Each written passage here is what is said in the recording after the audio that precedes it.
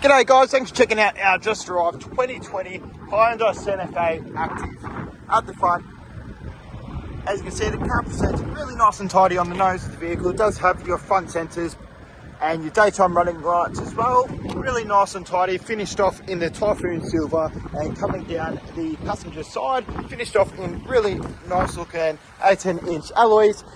Keyless entry, blind spot monitoring, really nice and tidy on the inner trim. And jumping into the back, really nice and spacious. Do have your ventilation and your USB points. Got really good access into the third row, and once again the seats are really nice and tidy. And jumping onto the rear, do have your reverse camera and your rear sensors and your tow bar. Got plenty of space in the back here, and drop the seat down, and also do have your ventilation. Now coming down driver's side, presents beautifully, and jumping on in, we do have only 33,000 Ks on the clock. Does have your adaptive cruise, lane assist, Apple Android CarPlay. There's a good reverse camera and so much more. Does have upgraded stereo as well.